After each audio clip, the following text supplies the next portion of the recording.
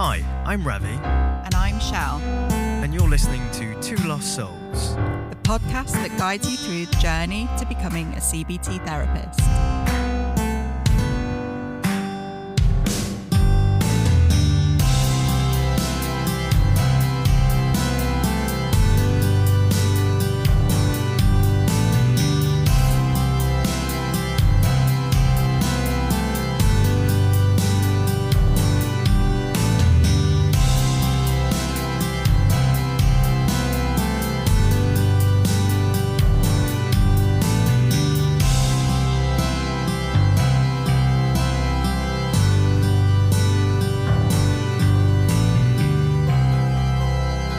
Good morning, good afternoon, good evening, whenever and wherever you are listening to us. Welcome to the Two Lost Souls podcast. The title of today's episode is You Make Me Sick. My name is Ravi Amrath, and in today's show we will be discussing top tips for trainees and established therapists on working with emetophobia in a talking therapy setting. But let me begin by saying that this is your podcast guide to surviving a high-intensity CBT course. We pride ourselves on creating a safe space for trainees, qualified therapists, and those who are generally curious. Honesty is our policy, and we tell it how we see it, but we'd love to hear your views too. Unusually today, I am not joined in the therapy room by the superb Michelle Sudbury, who is sadly unwell today. So we all hope you get well soon, Michelle. But I am joined, however, by the fabulous Fiona Greenhalgh. Hello, Fiona. Hello, Ravi. How are you? Hi. I'm good, thank you. How are you? I'm good, thanks. I'm good. Would you like to tell us a bit about yourself and introduce yourself to the listeners out there? Yep. Okay. So like you said, my name is Fiona Greenhalgh, and I recently qualified as a high-intensity CBT therapist last October, and I work for Talking Therapies, and I enjoy that job very much. Amazing. Fantastic. And you mentioned that you've enjoyed it. How have you found sort of the jump from training to qualification and all the steps in between? I think I found that okay, actually. I thought maybe to begin with, that jump with sort of having a lot more clients would have been quite difficult. Mm-hmm. But luckily that's come quite naturally. And obviously minus the work that we have with uni, sort of that isn't involved in it anymore. So maybe that's what's made that manageable. Got you. Definitely. Well, thank you so much for joining us today as a guest host, Fiona. We are really lucky as well today to be joined by one of the leading experts in emetophobia as well. And so really excited for the show today. But before we move on with that, let me just remind all of you out there that if you have any particular questions or topics that you would like to see covered on the show, reach out to us on Twitter at TLS_pod or by email at twolostsoulspodcast@gmail.com.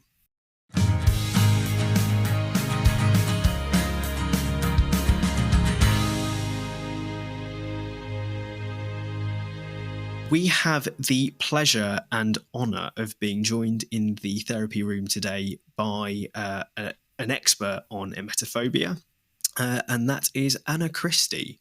Anna, thank you so much for joining us today.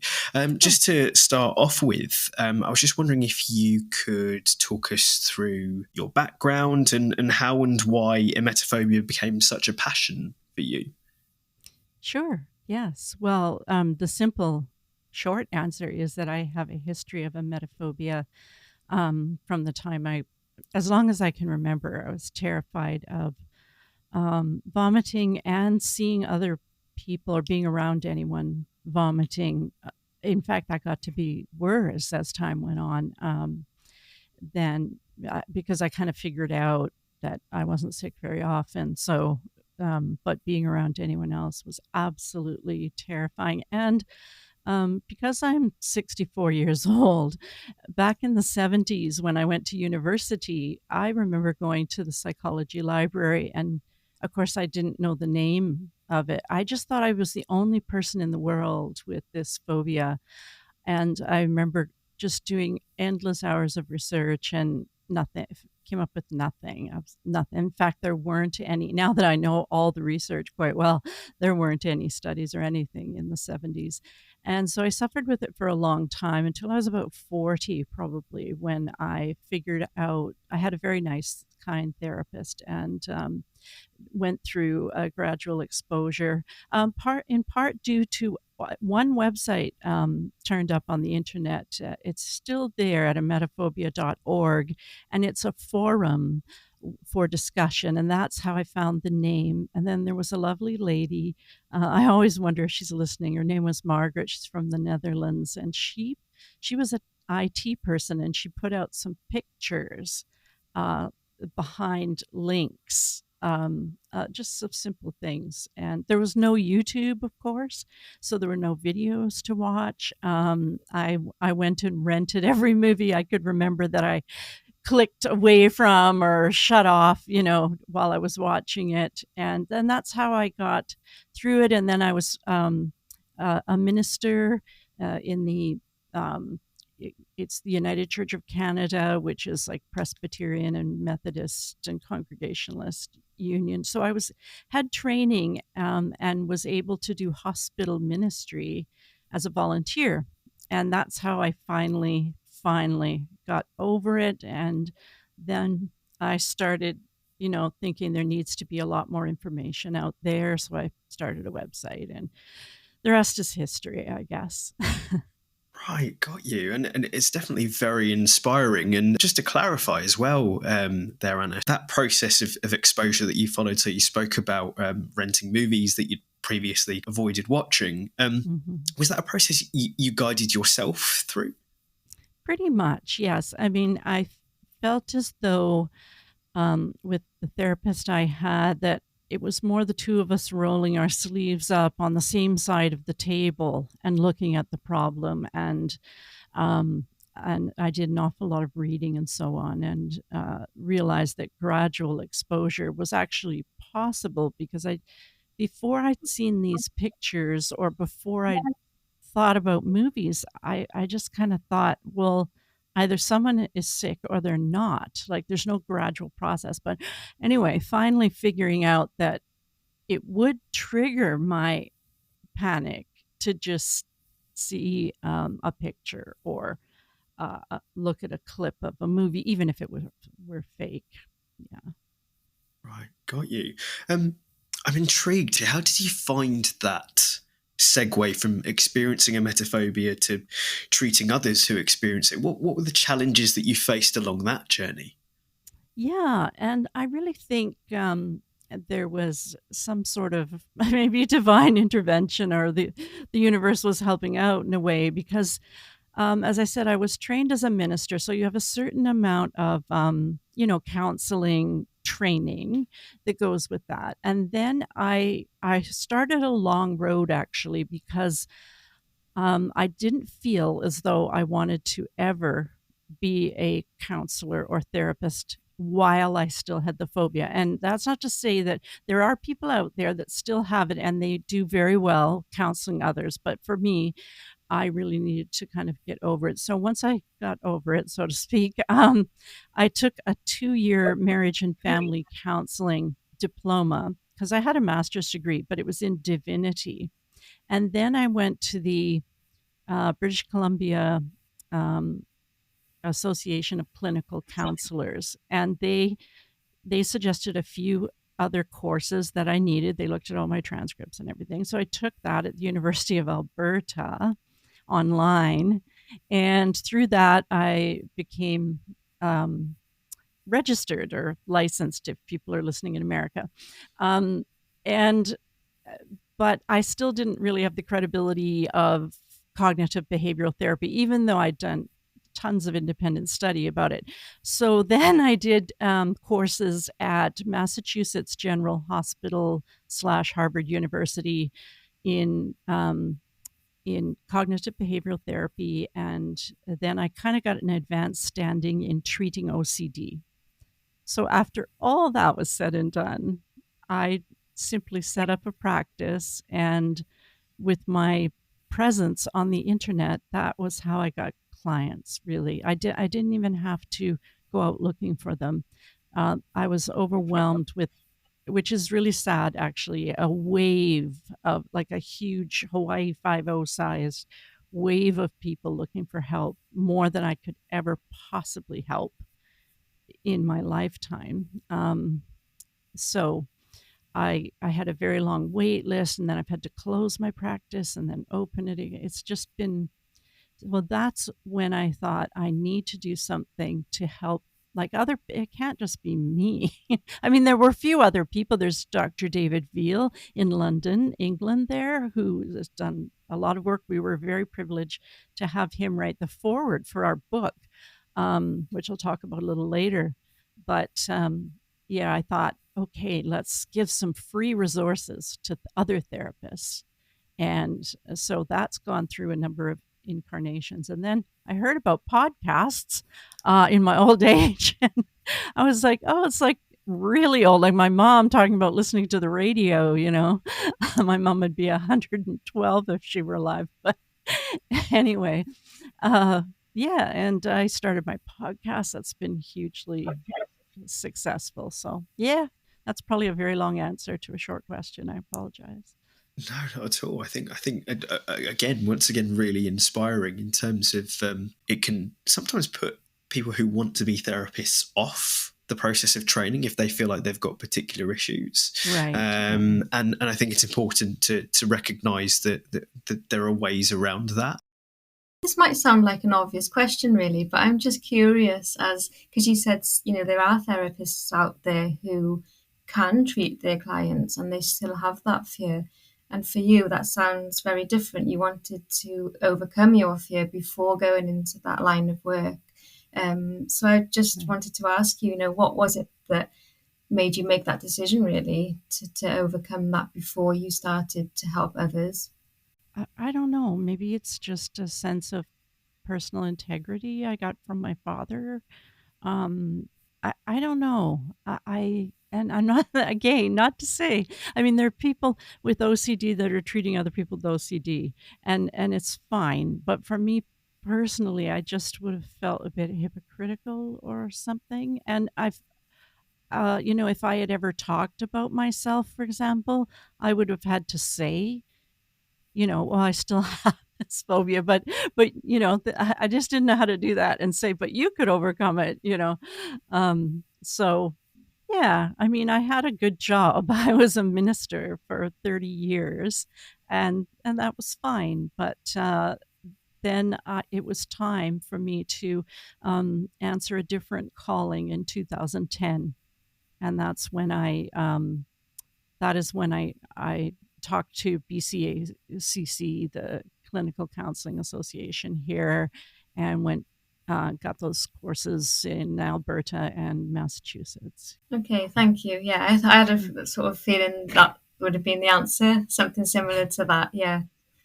And the difficulty, I guess, as well, sort of, listening to people and their fears of vomiting, sort of, and you experiencing that as well. And like you said, and also as well, the bonus that you overcome that before doing that work.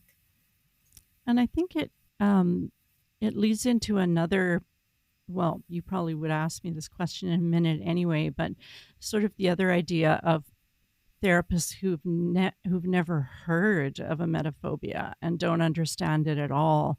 And that's a huge, way too big of a number. And I think a lot of the people, this great wave of, potential clients that I got, they wanted to come to me because they said, oh, well, you've had it, so you understand. And what I'm trying to get across now to people is you definitely do not have to have had it to understand. You just need to understand. And that's why I really wanted to get a book out that was for therapists so that they would understand. And I've written a little free book if you go to my website at emetophobiahelp.org, there's a little free booklet that you can give to your family members to help them understand. And so it's that sense of understanding. I think most therapists, they maybe have heard of it, but they they tend to, at least according to people I talk to, they tend to brush it off a bit as though it's not that serious or something, or it's not as serious as it is. And I think it always presents as fairly serious. Why do you think that might be in terms of people sort of downplaying it a bit? I think that it's listed in the DSM-5, like even the TR, as a specific phobia sort of / other. And it's put in with choking and needle injury, blood injury, I think, or something like that. I'm not too sure. It's sort of thrown in with a couple of other things. And what we're finding now as researchers, not that I'm a researcher, but I research the researchers. What researchers find, I should say more clearly, is that it behaves differently. So, for instance, if you're afraid of clowns or dogs, that is fairly simple and straightforward to treat. You can probably do it in 5-6 sessions if someone's willing to, really wants to get over their fear of dogs or clowns or whatever. And of course, medication does not help those people, because if there's no dog or clown around, they're perfectly fine.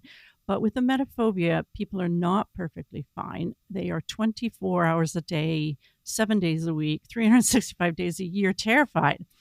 And so it is much more like OCD, and yet it is not OCD. But everyone who has emetophobia has, to some degree, OCD as well. So somehow they're linked and related.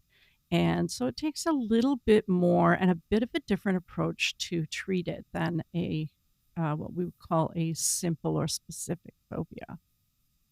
Sure. And then that leads me on to my next question quite well, actually, in terms of acknowledging there's that difference there. What are the distinct challenges of working with emetophobia as opposed to other specific phobias? That's a very good question, because I've been working with it so long. I'm not sure I have that many challenges anymore, but so I'm trying to think that. So I think that for other therapists, the biggest mistake that they make is starting too far up the hierarchy, or even helping clients build a hierarchy that begins in a much. So to be specific, they might start with, okay, go ahead and watch some videos of people vomiting on YouTube, they might say. Or I had one therapist say to me, all right, well, why don't you start by going to the ER or A&E and sit in the waiting room there. There's always someone vomiting. And that's crazy. If I can use that word, for therapists, because most people, when they look at the word vomit on a page, if they really think about it, it will raise their anxiety. So that is just, that you just cannot do that. You'll send someone, fleeing from your office, and you'll never hear from them again. And you'll think to yourself, perhaps, oh, they don't really want to get better or something. I mean, we've heard it all. We've heard, like you're not compliant, you don't really want to get better and things like that. So I think the biggest challenge is to be patient and to start in a very simply. And then the other challenge I just thought of is making the jump between, but let's say they get to the end of all the things on our website at emetophobia.net. They get to the end of all the videos, so they can watch videos of all sorts of people vomiting and without anxiety. And they can listen to sounds of people vomiting without anxiety. How does that then make the jump to being afraid of vomiting themselves? Because the other mistake people make is suggesting that people vomit to try to get over the phobia, because that, first of all, does not work. It doesn't work. They may feel some sense of relief afterwards, but first of all, most of your clients will disappear if you even suggest that. Secondly, the relief doesn't last very long if it's not built on a foundation. So how do they get that, and the answer really is the interoceptive exercises, where you actually put yourself in, I have to say the word danger, even though I don't like that word, in danger of vomiting. You've got to put yourself in that situation eventually. So if there are emetophobic people listening, don't freak out. It starts with just looking at the word, right? But yeah, so there's a sort of kind of a jump there, and I find a lot of clients actually kind of quit therapy at that point because they don't. That step is very different, and you can start with like just making vomiting sounds, or maybe putting some oatmeal in your mouth and spitting it in a toilet and pretending you're vomiting. There are a whole bunch of things that you can do. But at that point, clients really do need to muster up all the courage they have and all of the desire they have to get better and start to do some of those things. Thinking about those interoceptive exposure exercises as well, and recognizing that obviously particularly here in the UK, the landscape has obviously shifted quite dramatically since the pandemic and moving to remote working and online working and all these things. I have a question around how can you sort of tailor and transfer those to that method of working? What adjustments can be made? I've always worked online because I started out, I was lucky enough that it was long before the pandemic, and my licensing body did not have any rules against where you could have clients online. Now, just in the last couple of years, they have to be within British Columbia. But so that's why I'm doing more educational programs and classes. But that's a separate issue. So I've always worked online. And then when we looked at the studies done over the pandemic, that all therapy and counseling was found to be equally helpful, whether online or in person. People put me on their smartphone and take me into the bathroom with them while they spit in toilets. And, so that there's all sorts of things like that that can be helpful, but it really does work just fine online. I would have been, I don't know, I just can't think of having, but there are people who do those things in their office with their clients. So I think it doesn't really matter. Yeah, and you've got me thinking actually. So obviously talking about Professor David Veal earlier on as well. I think in one of his research papers, there's a recipe to make fake vomit, and I'm just wondering if exercises like that are also kind of practicable even when working remotely. Yeah, someone sent me the recipe long ago for like the kind that you can that's like plastic or whatever, and then you prank your friends with it, that kind. Or you can just mix up, actually, in Parmesan cheese, which is the only food that we have that has enough butyric acid in it, which is the same acid we have in our stomachs that makes vomit smell so horrible.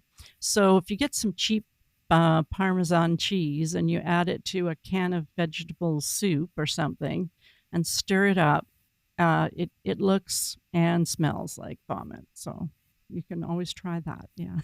You don't want to just sprinkle it on top. You want to mix a good amount, like a whole one of those Kraft Parmesan cheese, containers into your fake vomit. That you used to be able to buy the butyric acid in America on Amazon, and then it went off. Because it's fairly harmless. But I did have one client buy it and mix up the fake vomit inside her house. And later she texted me and said, "How do I get the smell out of my house now?" And I was like, "Oh dear, I don't know." So then I started putting a caveat, like don't mix this in your house. Do it outside. That's a great tip. I think, again, kind of applying this to remote work and the precautions that we might have to take into account when we're doing this with clients. I think that's a great a great tip to take into account, actually. You know what, the way I found that out was I was watching something on TV, and it was the NASA research for the astronauts, and they were mixing up vomit because they wanted to, figure out what to do when astronauts vomit inside the space station or whatever. And they had this butyric acid, and they were talking about, and they were putting just a couple of drops in until this mixture smelled terrible. And I think it was on 60 Minutes or something. And I was like, oh, there's an idea. So we spoke in terms of your journey, Anna, about dealing with the emetophobia before going on to treat other people, and acknowledging that there may be some other therapists out there who've sort of taken a bit of a different route in relation to it. And I'm curious, how do therapists who dislike vomiting, how would they manage their disgust or their nausea sort of throughout the treatment process? That's a good question. I think I have a two-part answer. One part would say, make sure you're okay with it before you take on an emetophobic client. If you want to be more okay with it, the process to overcome disgust is exactly the same as the process to overcome fear, which is gradual exposure. So, for instance, if you're a nurse or a doctor in training and suddenly you see something awful, and it may not be vomit, it might be intestines or whatever, and you think, oh my gosh, I can never be a nurse or a doctor. Well, that isn't true. You just have to gradually get used to it. So, and I don't know what that process would be, but it's possible. Definitely. You'd probably go to our website at emetophobia.net and slowly work your way through until for me now, the problem is I'm not disgusted enough anymore. So I don't even know anymore whether, how bad something. I found this video of a little toddler vomiting, a little 2-year-old. And I was like, oh, this is great. I'll put it on in the sort of hierarchy that I developed right after the baby vomit and the one of the baby vomiting. Well, that was a big mistake because people really, really reacted to that little toddler. And I ended up having to move that video quite far down the line. There was just something about him that upset people. But once it got into the right place in the lineup, then it's been all right there. It's been helpful to people. So, yeah, I'm always going through YouTube, seeing what's what else there might be there that could be helpful. I was just curious because, CBT focuses very much on sort of how, our thoughts affect the way we feel and then what we do. And I wondered whether when you work with clients with emetophobia, how much focus then compared to exposure is focused on sort of their thinking, the change of relationship between their thinking about vomit? Because I guess, I don't know, do you find that some people might think of vomit and think that's bad, that's disgusting, and changing that sort of thought pattern on that, is it more actually, I don't know, to challenge that thinking really, well, actually, this is my body's way of keeping me safe. It's protecting me and my body's working how it should do. How much does that play a part in treating this phobia? Yes, that's an excellent question. My answer would be for myself and what I do with clients. It plays a part. It comes into it, definitely. It doesn't play as big of a part as some CBT therapists might put emphasis on. That wasn't a grammatically correct sentence, but whatever. So in other words, I have a lot of people I see online and they say, I tried CBT and it didn't work. And then when I challenge that, like, what did you do? I find that their therapist didn't do any exposure whatsoever and only worked with their thoughts. So what I try to do is, if I hear a client talking, saying something, that's when I kind of do that sort of like almost a psychoeducation, and one of my favorite lines, which clients hate but appreciate, is vomiting is normal, natural, and neutral, like the three N's, so it's normal because everybody does it. It's natural because it's your body's way of taking care of you. And it's neutral because nobody likes it. No one likes it. And so, and that's kind of bad, but yet it's helping you not to be poisoned or very, very sick. So that's good. So, it's just a neutral experience, really. And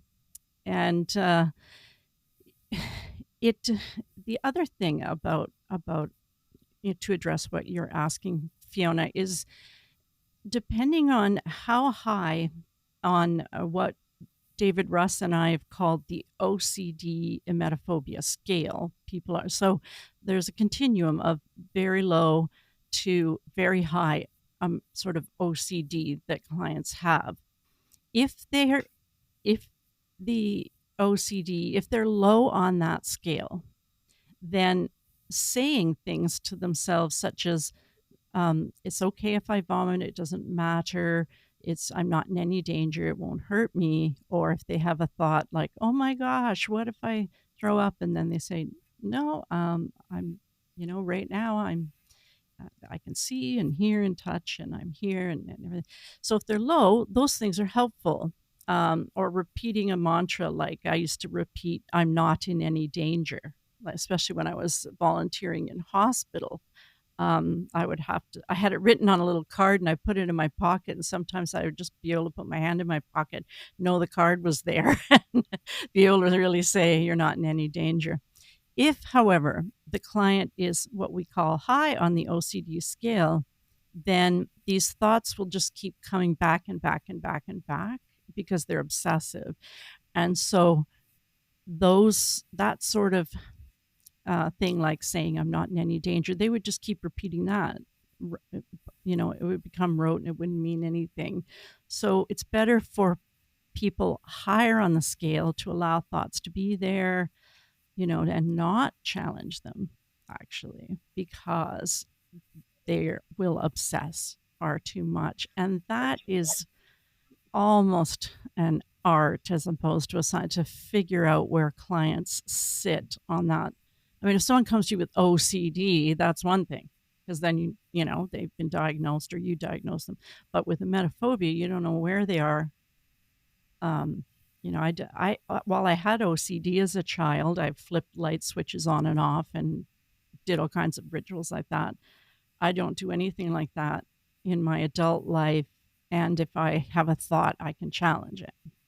But I would put myself pretty low on the scale, right? It's really interesting, actually. Thank you for the answer. It almost sounds like that reassurance then is helpful for maybe somebody on the lower end of the scale, but someone higher up that ladder, not so helpful. That's probably true. Our sort of rule of thumb is reassurance doesn't help. I reassure a client who is panicking, 9 or 10 out of 10 on the SUD scale. If they text me, they're in an airport, they're in the boarding area, I don't think I can get on the plane. I'll ask, what number are you? They'll tell me 10. I will do a lot of reassuring there. Or especially if they need surgery or chemotherapy, like I reassure those people. But yeah, if you are trying to get better and you're always asking your spouse, is this okay to eat? Then that kind of reassurance isn't good. You have to live with the uncertainty, but you don't want to be living with uncertainty in, getting ready to go into surgery you need, or getting on an airplane to get you home, Yeah, it's almost like that reassurance works short term, doesn't it? It's a short term relief. Yes, yeah, and if that gets you through something like getting on an aeroplane or having an operation, and that's good. It works in that instance. But reassurance, I guess, it tends to, if you have to keep reassuring, then there's something about that doesn't work. Yeah. Yeah. And, you can ask clients, well, you're asking me, do you think I'll be okay after I eat this chicken? Then I often say, what do you think I'm going to say? What do you think my answer will be? Or what do you think your mother's answer will be if you always ask your mother? And if she always says it's okay, then what are you doing, right?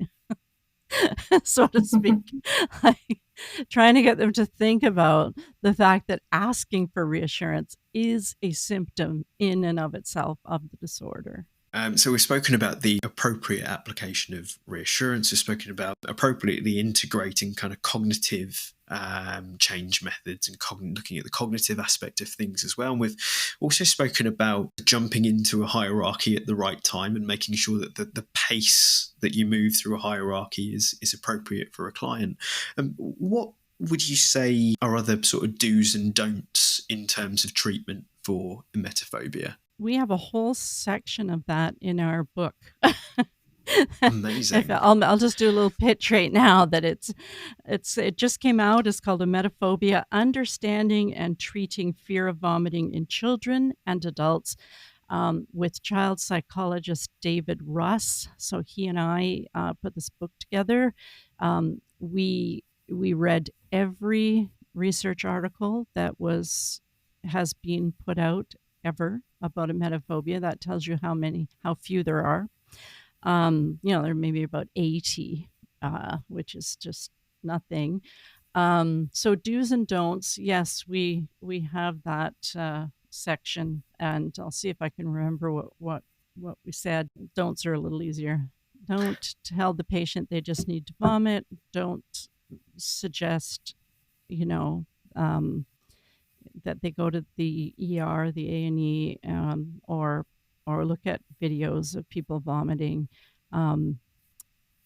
Do listen to their story very carefully at the beginning. I have worked with probably 250 emetophobic clients, and I have talked to thousands more online, and there are no two alike.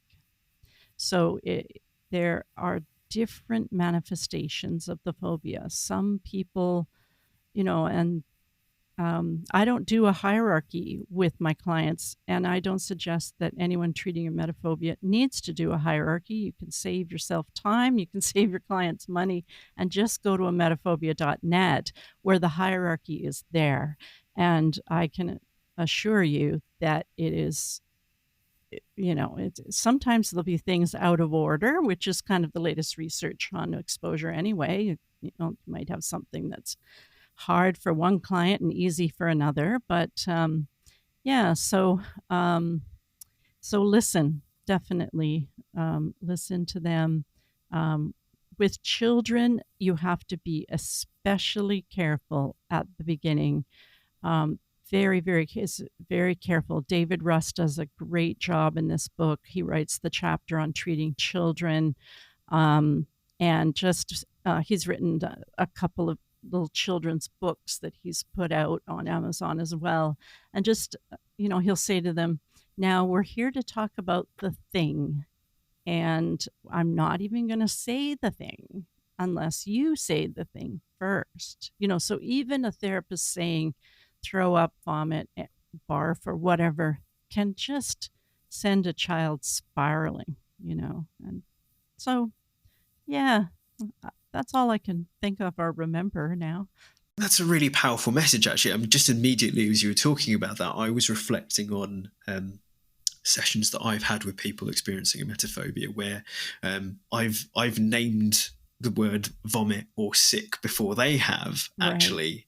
Right. And it's got me thinking about how helpful that was as part of the process, actually, and whether actually it would have been a good step to see whether they could have got there first. Yeah. In North America, and I'm not sure about Australia, but New Zealand, but in North America, we tend to use vomit or throw up more. So those words tend to be more triggering for people. Whereas in the UK, people say sick or been sick or be sick, and they even use sick as a noun which we don't do in America, North America or whatever. And so I used to think I could say, well, I was scared of sick people, and that wouldn't trigger anybody, but it will trigger some people in the UK. So that's kind of something interesting to think of. I would ask an adult client, what word was used when you were a child? Is that the word you're the most comfortable with or the least comfortable with? I'm also highly intrigued now. So what's the noun for sick in North America? Well, just vomit. Yeah. Vomit. So okay. Vomit's a noun, right? Yeah. And yeah, or any of the verbs really, like barf, puke. We also use them as nouns. Yeah. Right. But we don't use sick as a noun. It means more ill or poorly is something you would say in the UK. I've got a good friend in the UK, and she and I text each other a lot, and I dedicated my dedication in the book is to her. She's an amazing person. So we have fun going back and forth. I'm like, why do people in the UK say that the ground outside is the floor? And then she'll be like, why does it say sorry on your buses when they're out of service? Why do Canadians' buses apologize? Anyway, yeah. I'm just thinking about the word sick, really, and how the young people these days might describe an excellent party as being sick. That was a sick party. Yeah, there's and that means too. sort of good. Yes. So, Yeah. Yeah, so I just minded myself here thinking about that. Jennifer Lopez has a song, maybe it's about 10 years old now, but part of the lyrics go, it is about being on the dance floor, and part of the lyrics are, it's getting sick on the floor.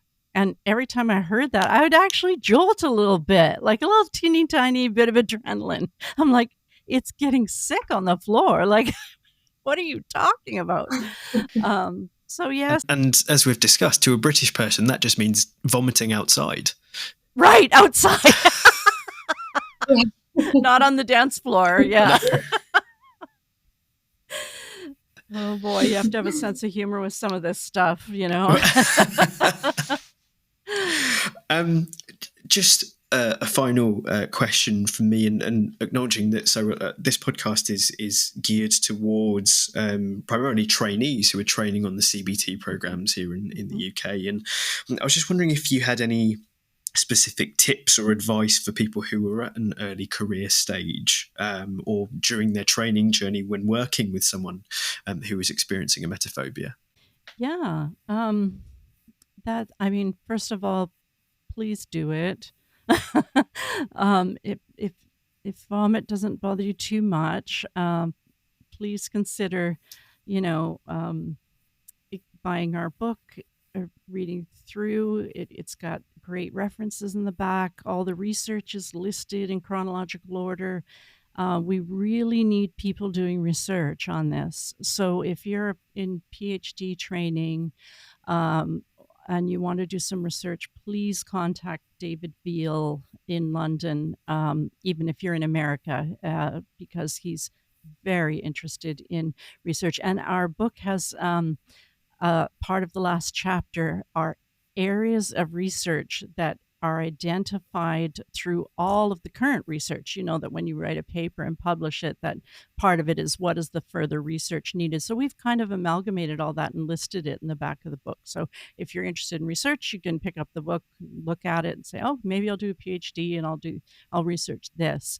That would be great. If you're thinking of training to do CBT, don't be afraid of doing exposure with people. Don't be afraid to use the newer methods. The sort of old school way of doing exposure was you show somebody something, you take a recording, 0 to 10, all right, it's 5. You need to try to breathe slowly and relax your body, and like to do progressive muscle relaxation exercises and be, calm. Now we know, and we do go through this in our book as well. There's a whole chapter on the history and the evolution of treating phobias and anxiety disorders. But so now we know that it is better to simply tolerate a level of anxiety. So the therapist should ask, oh, 5 out of 10, can you tolerate that without doing anything at all to change the number? Because if you do nothing at all, then the amygdala in your brain, the part that's causing you all the problems, will eventually say to itself, well, he's not doing anything. He's just sitting there. So obviously it's not a danger. I must have been wrong about that. Not that amygdalas talk. I understand that. But, that's kind of the idea. The more I find people can tolerate up to about level 7, and some very courageous people, even in 8 out of 10. If your client goes to 9 or 10, they are panicking. They cannot think. They need to bring that number down before they can sort out whatever it is you've been doing.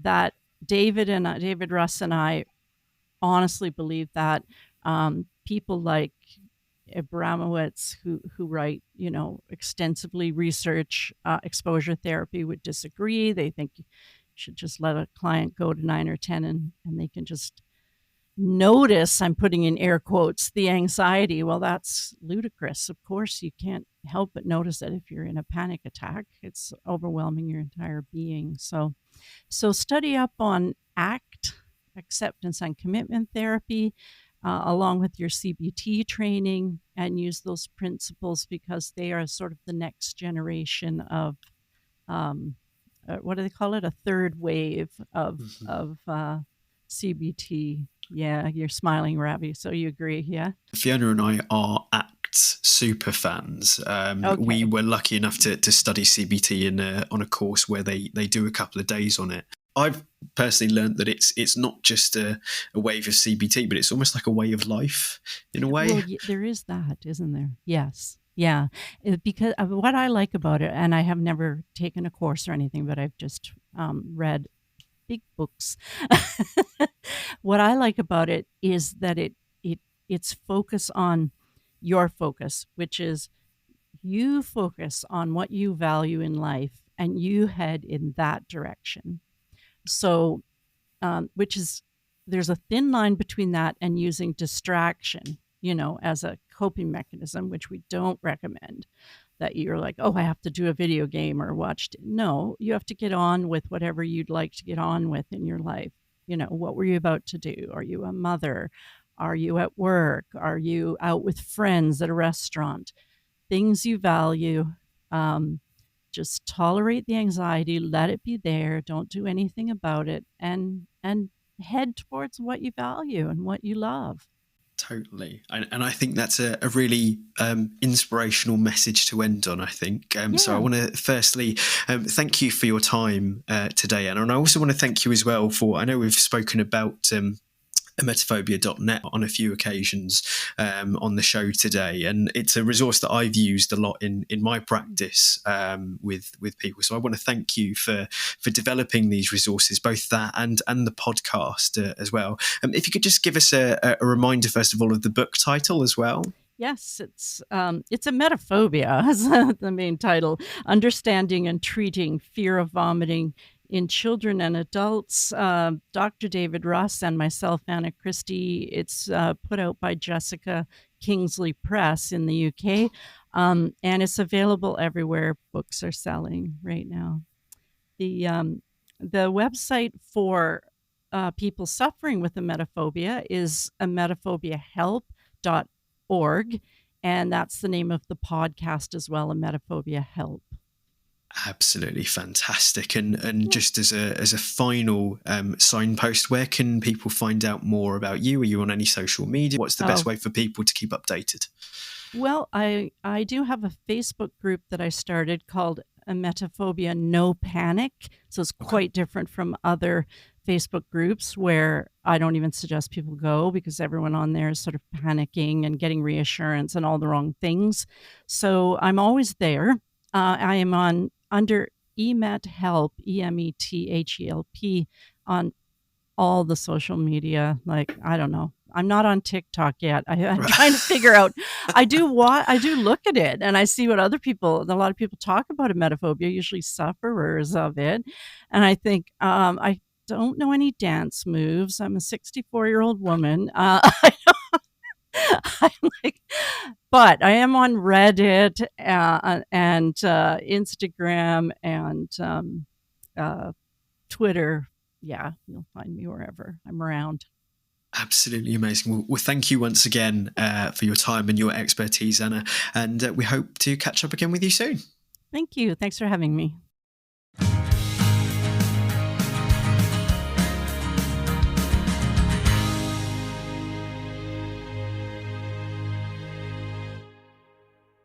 So, Fiona, what did you make of that then? Yeah, I thought it was really interesting actually, hearing what Anna had to say about emetophobia. I think one thing that stood out to me as well, which was really interesting, was when she said about discovering the client's level of tolerance. So I think she used a rating scale, so if you're sitting at, I don't know, 5 maybe, can you do that without reacting or without having to do anything to help you through that? And she mentioned the amygdala, and almost like that amygdala was talking back to the client saying, well, he's not doing anything here, this must be okay, so that alarm system isn't set off. So I like that idea, that gradual process really, and then sort of getting to a 6 maybe. What's the amygdala doing now? Is it still okay, or is there alarm bells going off? And if there is, maybe sort of focusing on that. So I thought that was really interesting. I think those are all really powerful takeaways. And I think alongside that, just the notion of using like a scale to judge how much someone would benefit from dealing with kind of the cognitive side of things, I think was a really powerful takeaway for me.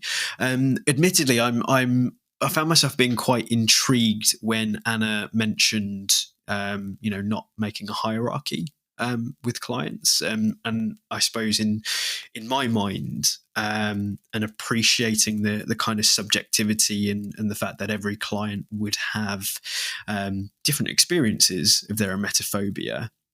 I personally would usually sort of see that as a key part of the treatment process in terms of building that hierarchy and understanding what their viewpoint is, but also really an intriguing take on not doing that, I thought, and maybe one for me to reflect on and maybe experiment with going forward. Yeah, I think that's quite interesting actually, and I wonder whether it's got something to do with maybe, we're taught, aren't we, to create hierarchies for our clients, especially with a phobia.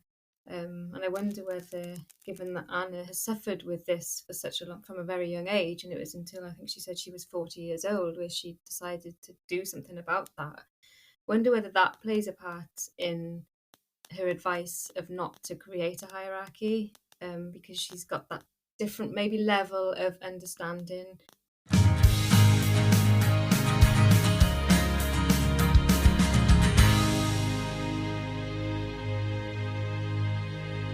If you have taken anything away from this episode of Two Lost Souls, please hit that subscribe button on your podcatcher of choice and recommend us to your friends. It really means a huge amount to us. If there is anything that you'd like to see us discuss on any upcoming episodes of Two Lost Souls, give us a follow and drop us a line at TLS_pod on Twitter, or drop us an email at twolostsoulspodcast@gmail.com. All that's left to say in this episode, though, is firstly a big thank you to Fiona. How did you find your Two Lost Souls experience today, Fiona? I really enjoyed it, and I'd just like to thank you so much for inviting me onto the show today. I think, it's been a pleasure to work with you and Anna, and I really enjoyed myself. So thank you.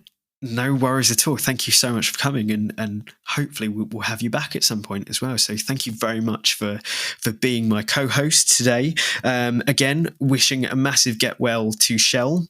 And a big thank you to all of you listening out there. And we'll speak to you next time on Two Lost Souls. Two Lost Souls was presented by Ravi Amrath and Michelle Sudbury. To get in touch, contact TLS_pod on Twitter or email twolostsoulspodcast@gmail.com.